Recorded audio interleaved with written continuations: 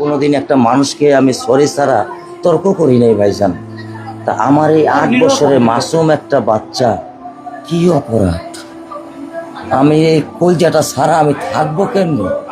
আমার এই বাচ্চাটা আমি ঘরে ঢোকার আগে ফ্রিজের মধ্যে আমার জন্য শরবত বানায় রাখে। আমার বড় মেয়ে না, আমার ছোট মেয়ে 8 বছরের মেয়ে। বাবা শরবতের ছবি এখানে লাগায় রাখছে, বাবা তুমি আমাকে নিয়ে যাবা। আমি বলছি আল্লাহ, বাবা তুমি আল্লাহর কাছে যাও, আমার তো নেওয়ার দিয়ে যাওয়ার ক্ষমতা নাই। আমার মেয়ে আল্লাহর কাছে চলে গেছে, আমার মেয়ে আল্লাহর কাছে চলে গেছে।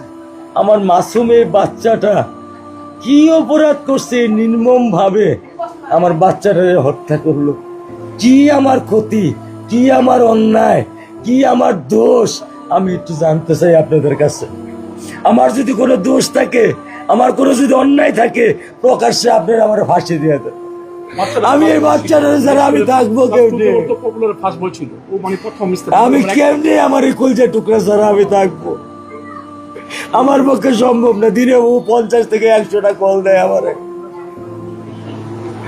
বাবা তুমি কখন আসবা, বাবা তুমি কখন আসবা, বাবা তুমি কখন আসবা।